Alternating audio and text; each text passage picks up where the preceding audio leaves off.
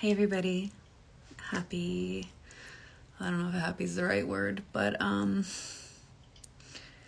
it's election day, and I don't like talking about politics on here because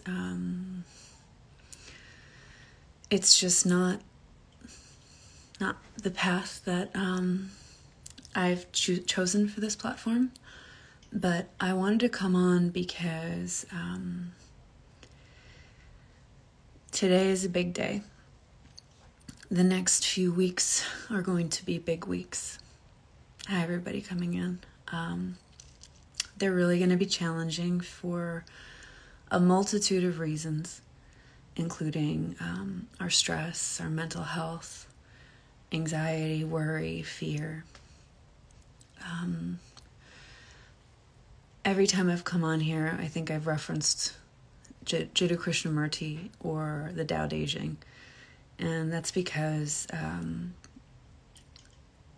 Krishnamurti, as a teacher, is so profound for the time that we're in. And the Tao is a really great way to reconcile paradox. Whatever the outcome is of the election, it's going to be intense. You know, I live in LA, and I actually stocked up on water and food because some places are preparing for the inevitable riots, and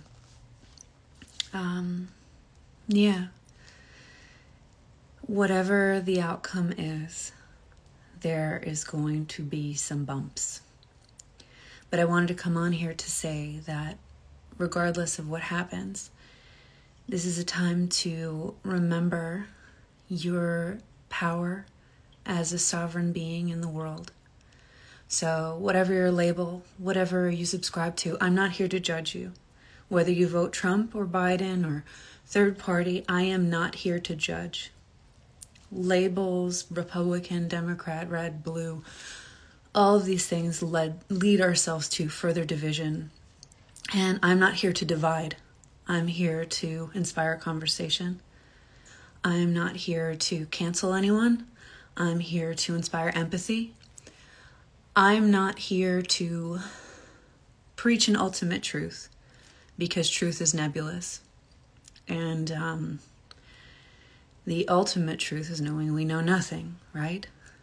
So, again, regardless of the outcome of this election, I want you to remember how powerful, strong, important, and meaningful your life is, and that whoever becomes president next, you have the power to create systems, communities, impact, and whatever ripple you choose to see in the world, that power is in your hands.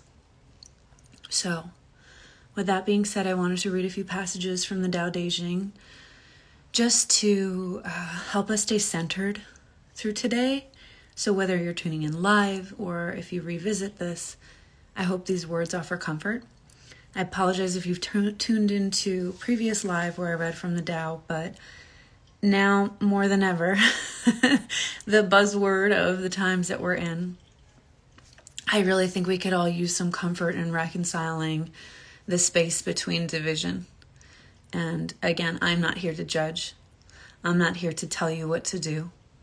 I'm here to offer empathy, compassion, and comfort, and to love you no matter where you fall on the side of the spectrum, because we're all here to grow. We're all here to learn.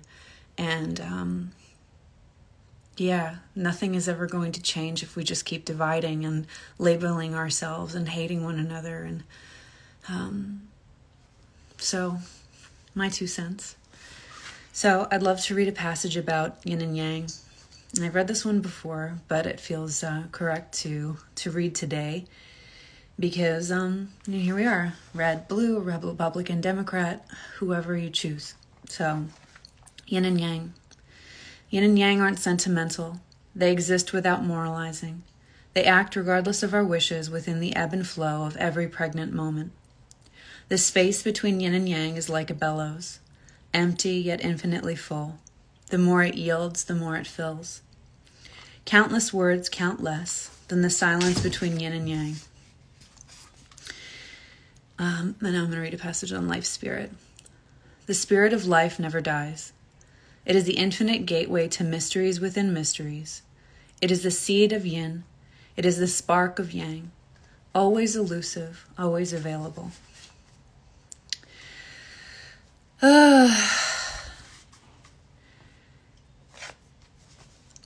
A lot of people in the psychedelic community talk about, this idea that life is like a cosmic joke, but in a lot of ways, it's like a riddle for us to unpack and solve. And what I love about the commentary on the Tao from Lao Tzu is that it's really giving us riddles to sit with, and there's no answer, just more questions. I heard a quote once, and I forget where it was from, but it's like thinking about life like Jeopardy. Some of the greatest answers come in the form of a question. So, questioning what comes next. Where do I sit now? What can I do regardless of the outcome of the next few weeks? Can I be a good member of my community? Can I serve humanity in a way that's greater? When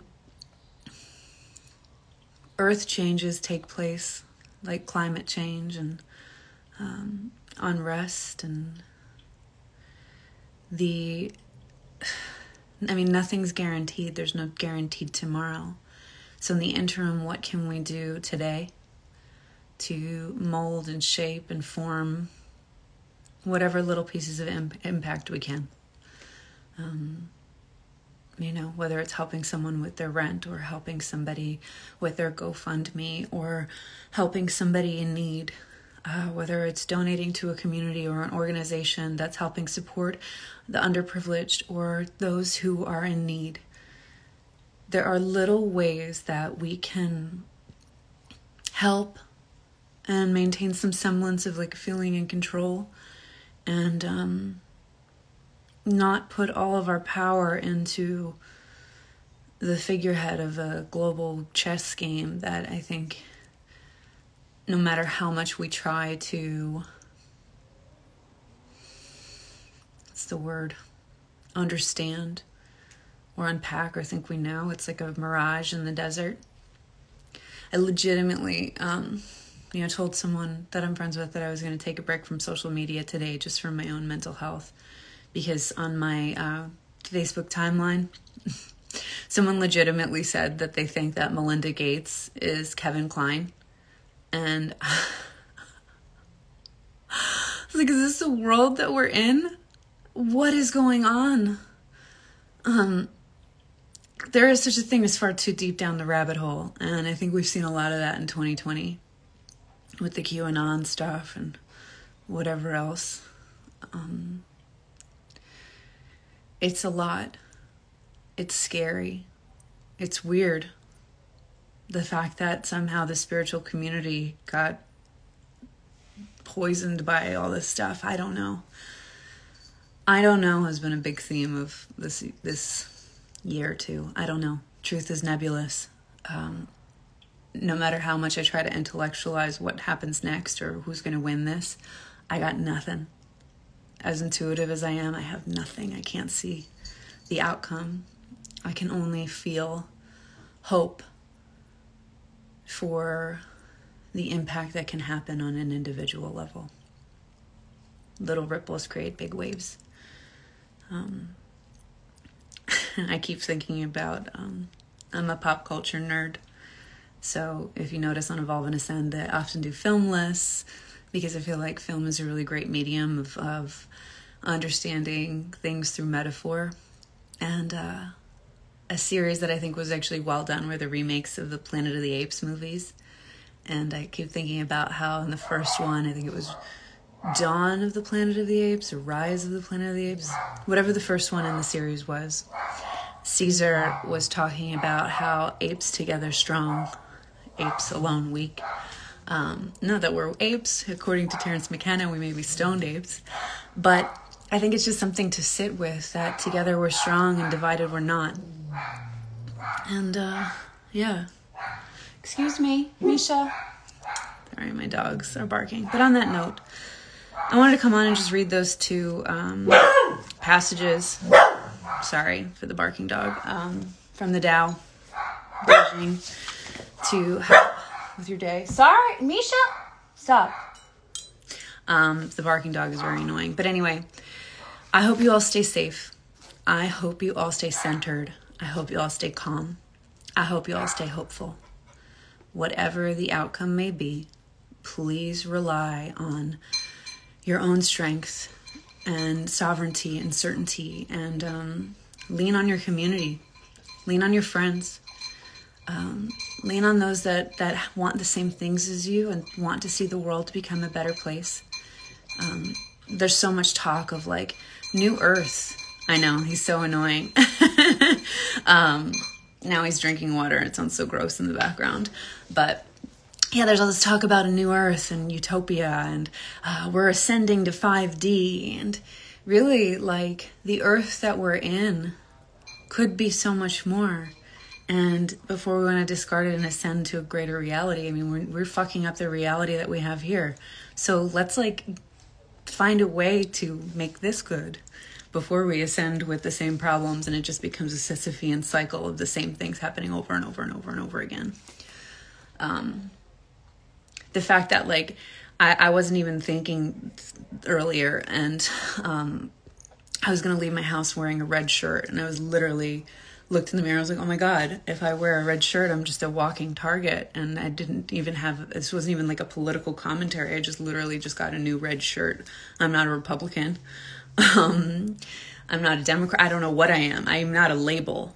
I believe that labels cause division. I have ideas that I relate to and believe in, but I ultimately, it's like Sisyphus. It's the end of the Hunger Games. We always keep encountering the same problems, and there's a reason why Lord of the Flies is required reading. But I mean, we're a far long way from being in a space where we can all be completely self-governing. But I mean, God, that would be awesome. I digress. I don't want to talk about politics on here. I just want to let you know that I love you all, and it's going to be a challenging few weeks. So please, please, please do whatever you can to tend to your mental health, to reconcile paradox, and to know that there's a safe space here. I'm not going to judge you whatever you voted. I'm not. I'd like to talk to you and find out your why. I'd like to offer compassion and empathy and relate, because yeah, I'm not here to cancel anyone. I'm here to learn and love you regardless. So yeah, I don't even know. I hope this was helpful.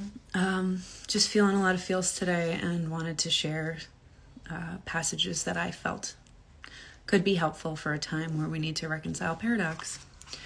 So, no gurus. I'm a spiritual anarchist. No masters, no slaves. I was listening to a Krishnamurti talk about how teachers are only there because there are disciples. So it's like we have to realize that we're all our own teachers.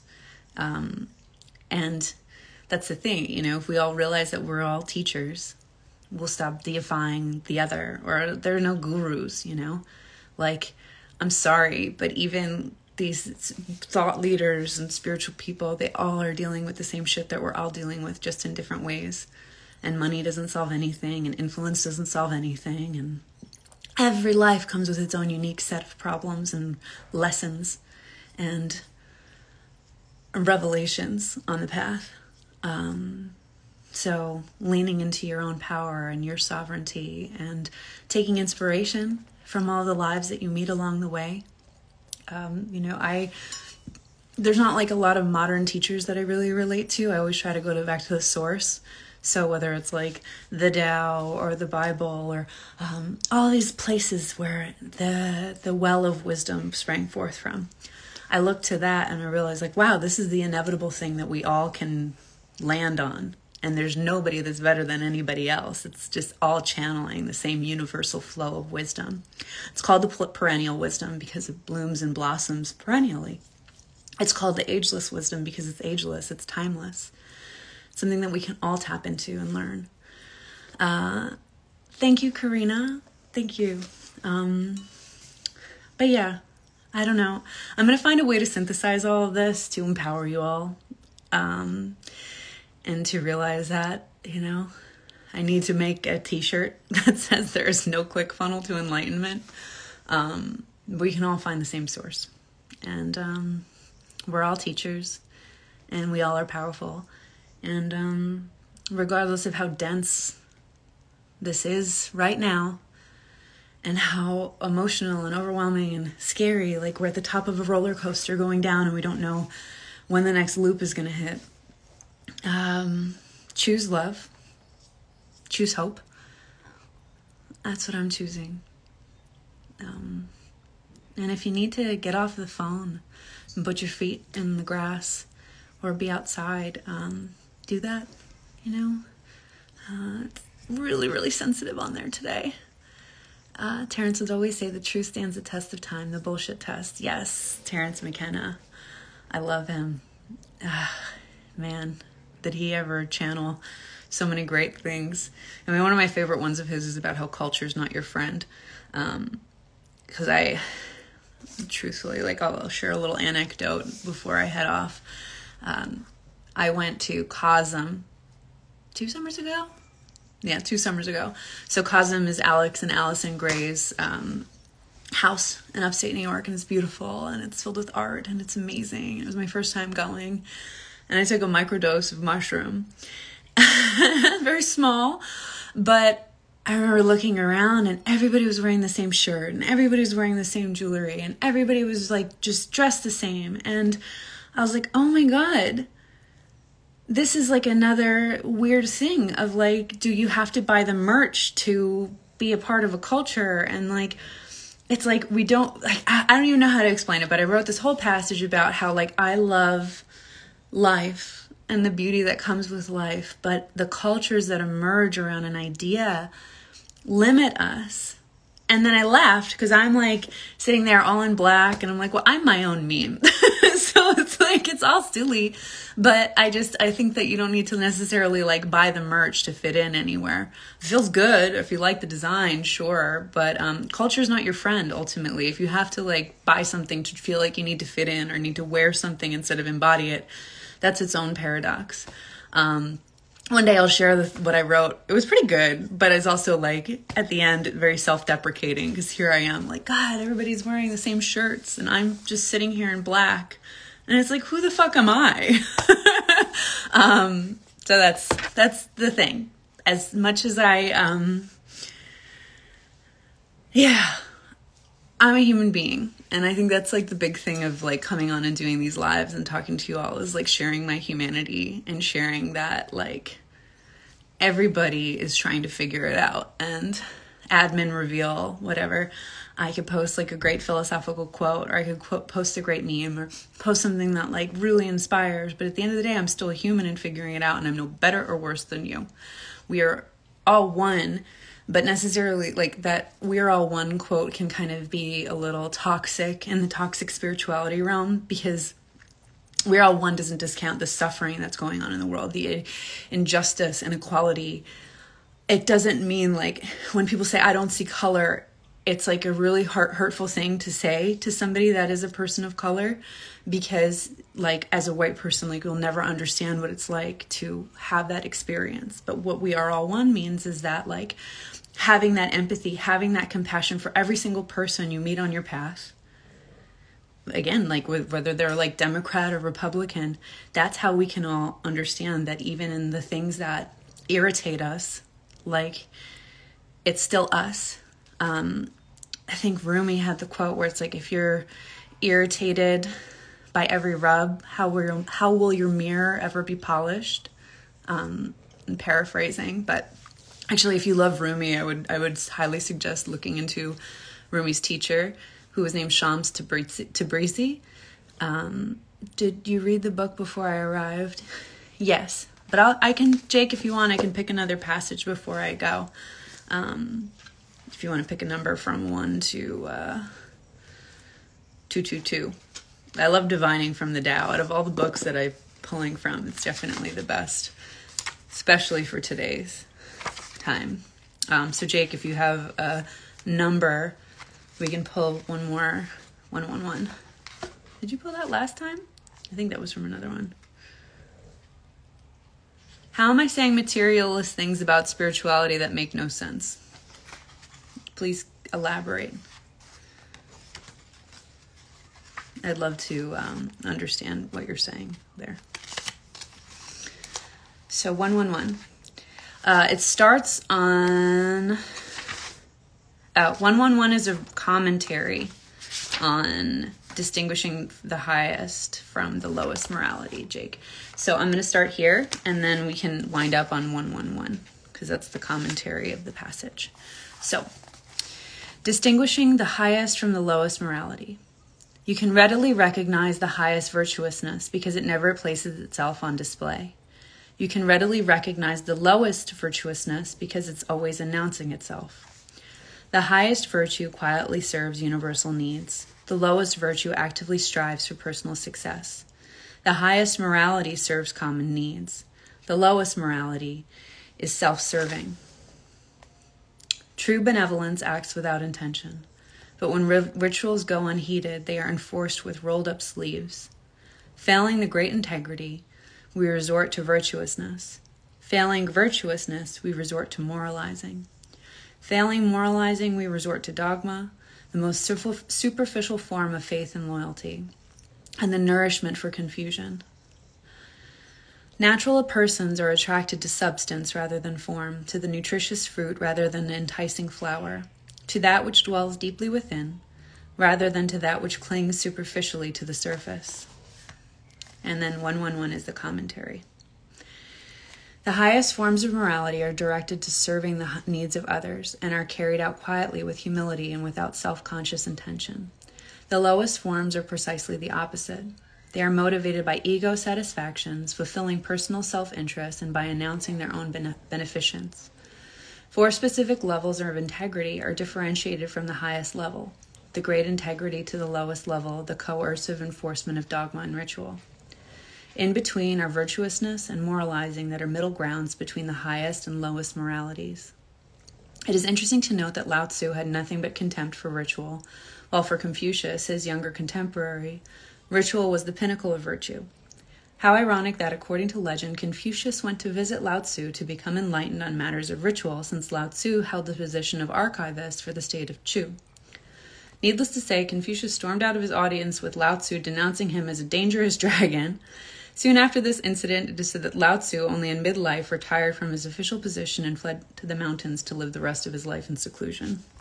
Cool. All right, so I saw that we had some comments.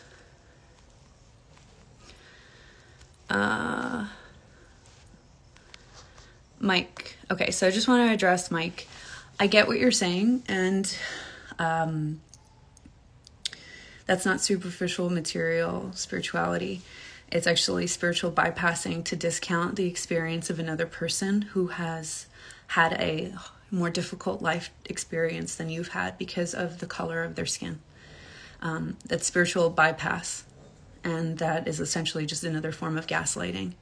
I have a lot of friends that are persons of colors, and I have seen the treatment just because of an outer experience that is just horrendous, and my heart aches for that. So when I think about the idea of we are one, is that I can feel and understand and empathize with a struggle that's not my own, and do what I can through my platform and through my own voice to speak on the fact that that's a reality that exists in the world. White privilege is a thing. I'm not here to talk about that today, but it's not a superficial form of spirituality if you hold empathy for your friends that are on different paths than you and have been handed different cards than you. We are no better or worse than anyone. But when you say we are one, it's not just some reductionist bullshit spiritual bypass. So I encourage you to maybe reflect a little more on your statement. So thank you.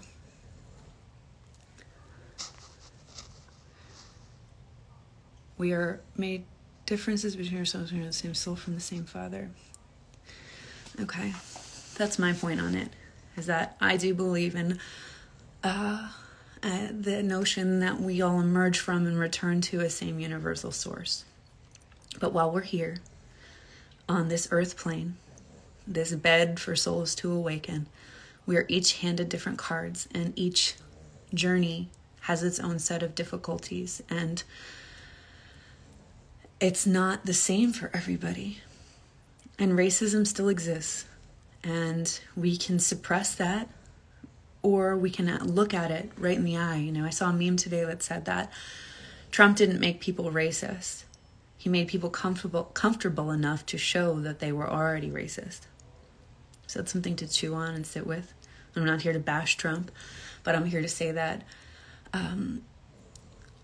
I think spiritual bypass is really, really dangerous. And we are all one, or you don't see color. That's a really harmful thing to say when you're not a person of color and you haven't had the same shared experience of ever having to fear police or treatment or not get a job because of just like superficial bullshit. So I'm not going to get into it, but I just want to address that because toxic spirituality is a thing. And there's been a lot of times where over the last few years that I've even contemplated deleting Evolve and Ascend and just turning all my accounts private and wanting to just run so far away from the spiritual stuff because there's just so much toxicity here.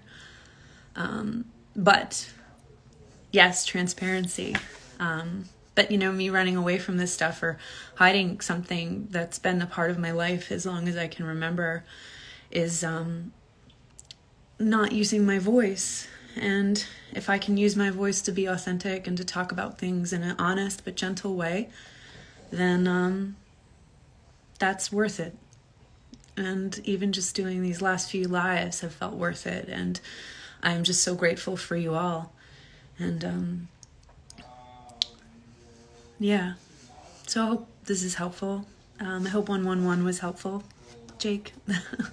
The Tao Te Ching is really good. You can probably find a lot of this online, open source, because it is such an ancient text. So it's in the public record for free. So Lao Tzu is really, really good to seek inspiration from the coming weeks. And yeah, I might pop on again later because I want to stay off of just maniacally scrolling social media and wondering what's happening. So if you're watching this after the fact, or if you're watching this now, if there's something that you'd want to talk about later tonight that would be helpful, maybe we can pull some cards. We can just kind of have a open source talk about what's on your mind. I'm here. I just really want to offer comfort in what feels really uncomfortable right now. And just know that you're safe. I'm not going to judge you. And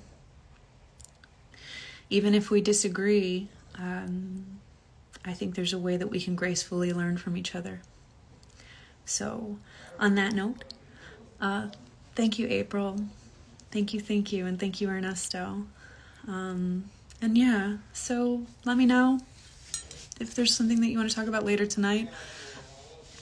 Depending, I'll probably pop on, but if not, I'll see you on the next live. And I listen to all your comments, and yes, Jesse, that's a great one. So tonight, if we want to talk about that, I'm going to pull up the transcript of this one Krishnamurti talk where he talks about like division and labels and how as long as we label ourselves, we're just going to cause division. So Jesse, I'll pull that up tonight, and we can talk about it. And we can talk about things. I'm always listening. I read your DMs. I read your comments. So however I can be of support or assistance through this challenging time we have ahead of us, I'm here. I love you all. Stay safe. Vote for what you believe in, what feels good for the future of the world and people that you care about. And if you don't want to vote, that's also your right. It's your right to choose. but I encourage you to choose what you feel will be for the benefit of all beings. So on that note, I love you all, and I'll see you later. Bye.